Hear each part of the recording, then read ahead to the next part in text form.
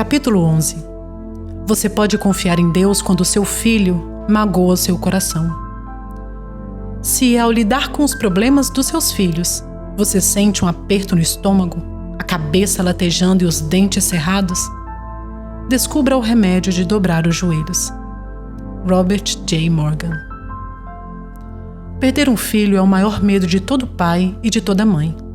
Porém, como muitos pais angustiados testemunham, há mais de uma maneira de se perder um filho. Uma das parábolas mais conhecidas contadas por Jesus foi a de um pai que perde seu filho.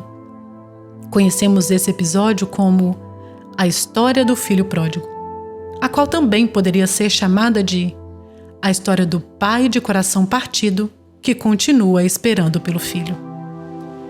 No capítulo 15 do Evangelho de Lucas, Jesus conta 3 histórias sobre 3 perdas. A primeira é sobre uma moeda que foi perdida dentro de uma casa e de uma mulher que varreu o chão vigorosamente até encontrá-la. É bem fácil resumir essa história. Moeda perdida, moeda encontrada. A segunda é sobre uma ovelha que se afastou do rebanho, talvez inocentemente, procurando uma grama melhor. De lá, avistou outro gramado um pouco mais à frente, depois outro.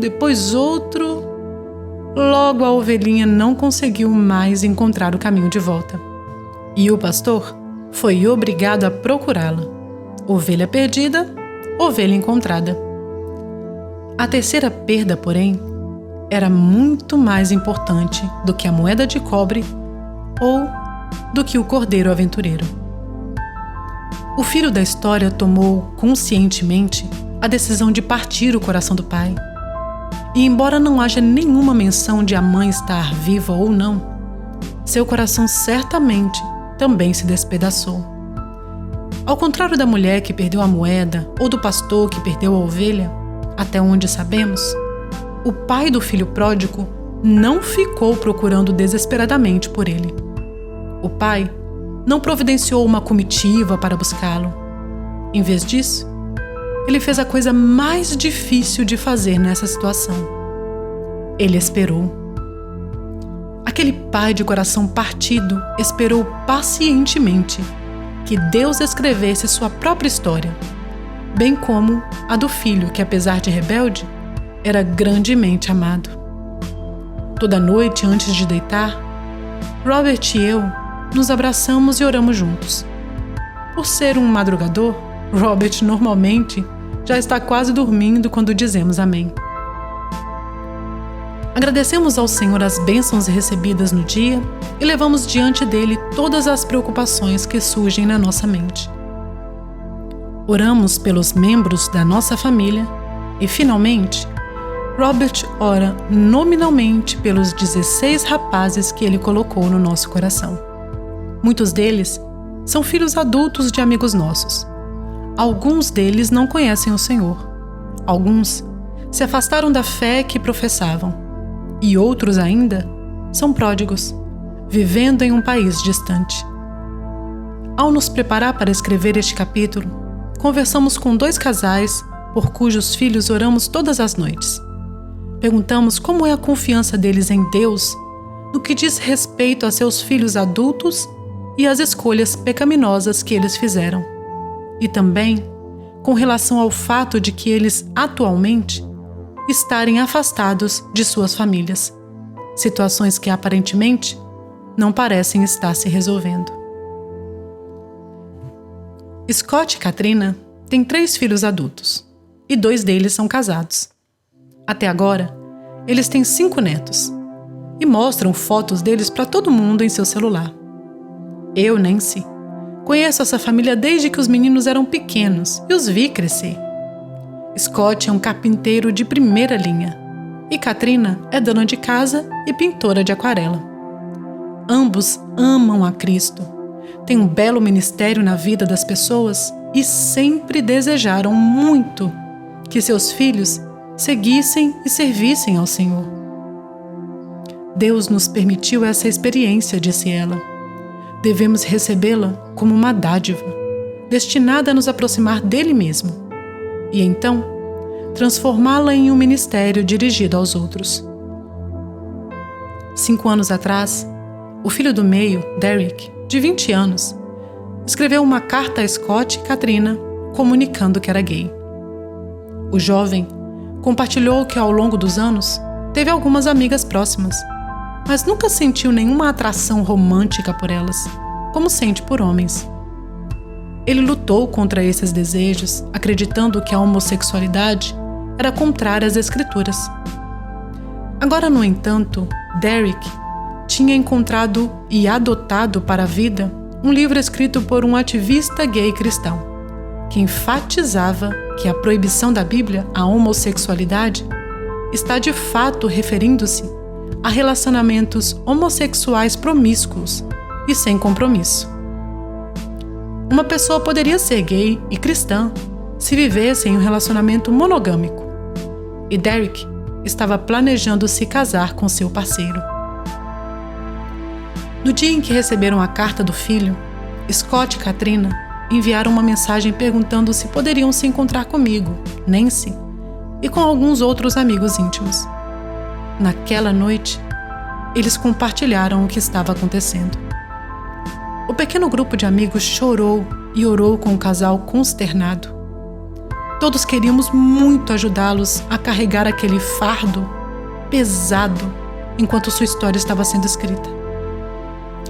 Desde o início, Scott tentou de todas as formas alcançar seu filho. Conhecendo o amor que Derek professava por Cristo, ele tentou apontar a desconexão entre o ensino bíblico e os relacionamentos homossexuais. Porém, como Derek também conhecia a Bíblia, ele desenvolvia seu argumento utilizando versículos e rebatendo o pai. As conversas não davam em nada e, geralmente, terminavam bruscamente. Quanto mais Scott tentava convencer o filho, mais claro ficava que Derek já havia se decidido. Os contatos foram diminuindo. Ocasionalmente, Katrina enviava textos assegurando a Derek seu amor e suas orações por ele. Raramente, ele respondia. Enquanto nós 4 conversávamos, Katrina abriu o coração contando como tudo isso os afetara como casal.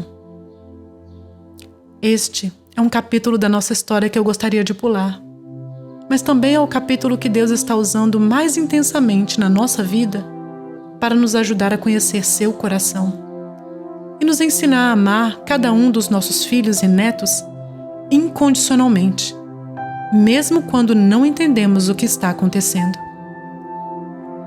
Scott entrou na conversa, pensativo. Lutamos para saber qual é a nossa responsabilidade nessa situação. Pedimos a Deus que examinasse nosso coração. Também pedimos perdão a Derek pelo que possamos ter errado com ele. Então ele acrescentou: chegamos a um ponto em que tivemos de aceitar que não somos responsáveis pelas escolhas dos nossos filhos adultos. Perguntamos a Scott e Katrina como eles encorajariam outros pais que, à semelhança dos dois, também têm filhos adultos que vivem de maneira que acreditam ser contrária à palavra de Deus.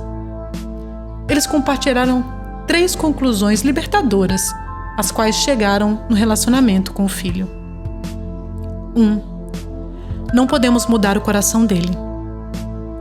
Toda pessoa tem um interruptor em seu coração que somente Deus pode acionar. Até que isso aconteça, nada mudará. Não podemos fazer isso acontecer. 2. Não é nossa responsabilidade endireitar o nosso filho. Os pais têm essa mania. Nos primeiros 2 anos, depois que o nosso filho nos enviou a carta, sentimos que precisávamos encontrar uma maneira de consertar a situação. Lê este livro, lê este post, este artigo. E achávamos que se não conseguíssemos, teríamos falhado como pai. Finalmente, tivemos de fazer as pazes com a verdade de que Derek era responsável perante Deus por suas próprias escolhas. Se Deus permite algo assim na nossa vida, Ele não requer que consertemos. Ele requer que tenhamos fé. 3. Não podemos desistir. Continuaremos a amar o nosso filho. Há muita coisa em jogo. Muitos estão nos vendo passar por essa situação. Os nossos outros filhos e netos, amigos que nos conhecem bem e amigos novos que nos conhecem pouco. Queremos que eles vejam que é Cristo quem nos sustenta nos tempos mais difíceis e que, por sua graça, podemos amar incondicionalmente, assim como fomos amados por Ele. E como essa experiência mudou o casal? Scott passou a perceber que muitas das pessoas ao seu redor estão sofrendo de maneiras que ele não havia percebido antes. Há pessoas com fardos pesadíssimos. Sua sensibilidade em relação aos outros aumentou consideravelmente. Katrina admite que às vezes em sua jornada ela questionou Deus. Após o choque inicial do anúncio do filho, ela ficou meio entorpecida. Eu não queria orar nem ler a Bíblia, até que finalmente o amor do Pai derreteu meu coração. Deus fez que ela se lembrasse de como fora misericordioso com relação a seus pecados e de como ela precisava desesperadamente de um Salvador. Pouco a pouco, o Senhor começou a abrandar seu coração em relação ao próprio Deus e em relação a seu filho. Katrina encontrou paz quando aceitou o fato de que Deus é bom e soberano, mesmo em uma situação como essa. Ela e Scott entregaram Derek ao Senhor antes de ele nascer. Eles confiaram nele, então, e continuam a confiar agora. Deus nos permitiu essa experiência, disse ela. Devemos recebê-lo como uma dádiva, destinada a nos aproximar dele mesmo e transformá-la em um ministério com os outros. Sim, acrescentou Scott. No começo, tentamos esconder nossa mágoa. Não fazemos mais isso. Temos tido muitas oportunidades de compartilhar com pessoas que atravessam um sofrimento semelhante, compartilhando com elas como o Senhor nos tem encorajado e o que Ele tem nos ensinado. James e Vic e eu, Nancy, somos amigos muito próximos e já passamos muita coisa juntos. James é um corretor de seguros bem-sucedido e Vic, uma professora cuja maior e mais significativa tarefa foi educar em casa seus 4 filhos, agora crescidos e com suas próprias famílias. O contato entre eles continua constante e saudável. Eles podem dar esse testemunho em relação a todos os filhos, exceto sobre Wesley. Ele está longe de casa, tanto geográfica quanto relacionalmente. É viciado em drogas e vive sabe-se lá onde. Essa situação não era a que James e Vic haviam idealizado. A fé da família sempre foi uma parte notória, não apenas aos domingos, mas na semana inteira. Todos que os conheciam sabem que o ambiente deles sempre foi amoroso e participativo, com muitas oportunidades e incentivo para os filhos desenvolverem seus interesses e habilidades, boas amizades e um coração voltado para o Senhor.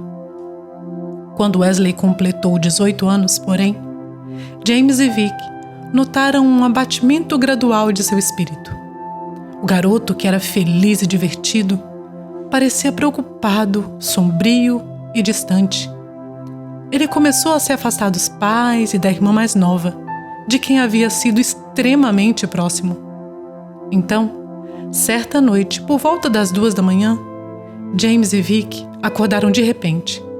Sentindo que algo estava errado, James olhou para fora e viu que o carro do filho havia sumido. A princípio, achou que poderia ter sido roubado. Então foi rapidamente ao quarto de Wesley e percebeu que ele não estava lá. James e Vic passaram as 2 horas seguintes sentados na escuridão da sala de estar. Preocupados com o filho, choravam e oravam juntos por sua segurança. Finalmente, perto do amanhecer, Wesley voltou e ficou muito surpresa ao ver os pais acordados e esperando por ele. Obviamente, alto, ele explicou que havia encontrado um fornecedor online e viajara 160 quilômetros para comprar drogas. Nos dias seguintes, Wesley foi aos poucos contando aos pais que fora em uma festa, vários anos atrás, onde começou a experimentar drogas. Desde então, o uso tornou-se habitual e arriscado. Todo seu mundo mudou quando ele começou a se envolver com um grupo de amigos que apoiava e compartilhava esse tipo de vida com ele. Seus pais, em momento algum, nem sequer imaginaram que esse tipo de coisa pudesse estar acontecendo. Como podemos não notar nada? Eles ainda se perguntam. James e Vic passaram longas noites com o coração aflito e também muitos dias lutando com perguntas difíceis como: o que fizemos de errado? O que poderíamos ter feito diferente? O que fazemos agora? Mas nada do que disseram ou fizeram parecia mudar a situação. Por mais que tentassem afirmar ao filho seu amor e a disposição de conseguir-lhe ajuda, ele parecia surdo a seus apelos. Pouco tempo depois, Wesley saiu de casa e foi morar com seus amigos, também dependentes.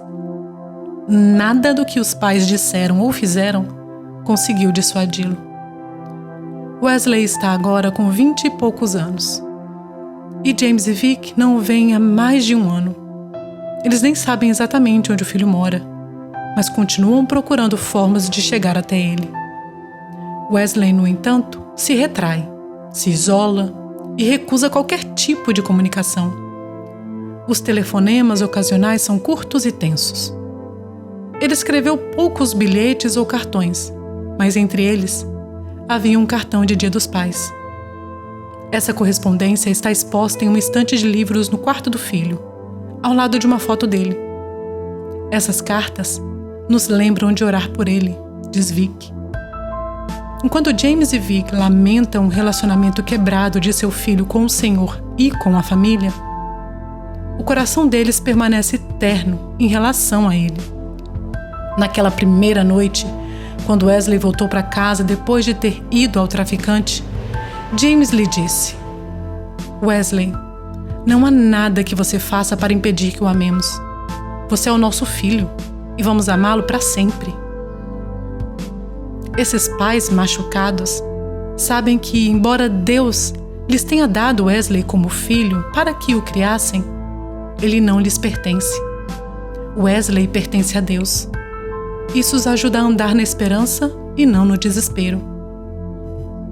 Ele está nas mãos de Deus, e a qualquer lugar que vá ou qualquer coisa que faça, Deus está vendo.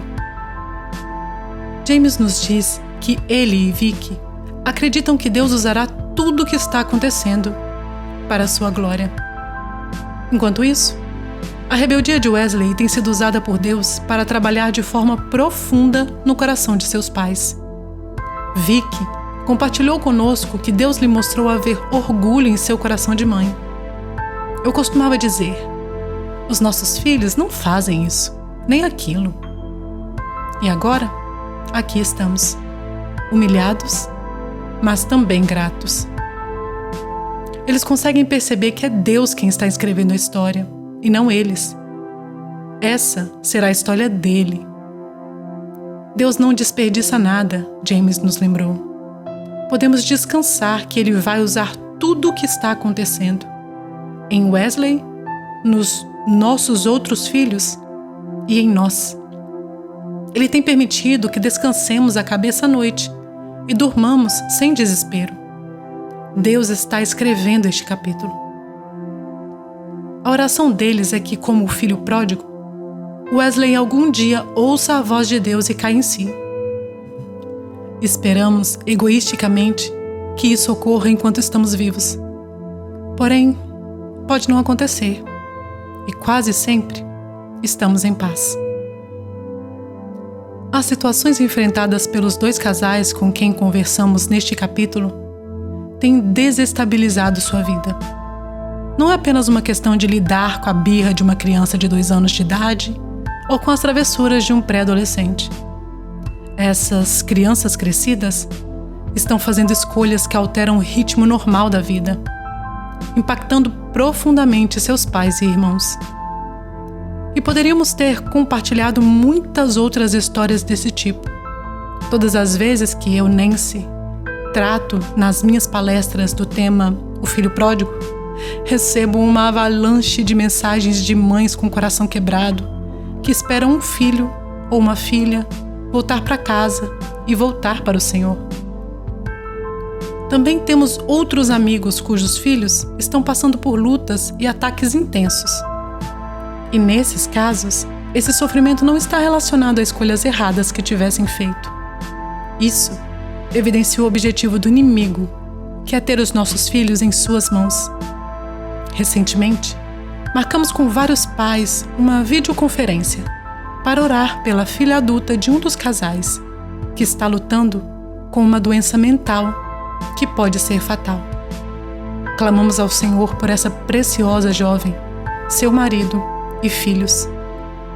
E oramos pelos pais dela, para que Deus os livre do medo e do desânimo, para que eles não tenham dúvida alguma de que Deus ama profundamente sua filha, e para que se apeguem firmemente a Cristo e confiem na obra que Ele está fazendo na vida dela, mesmo quando ainda não conseguem ver o resultado esperado. Em outra ocasião, também recente, várias mulheres e eu, Nancy, nos reunimos para orar por uma mãe que está lutando pela alma de sua filha adolescente. Antes suave e receptiva ao Senhor, essa garota está agora endurecida, resistente e aparentemente inatingível.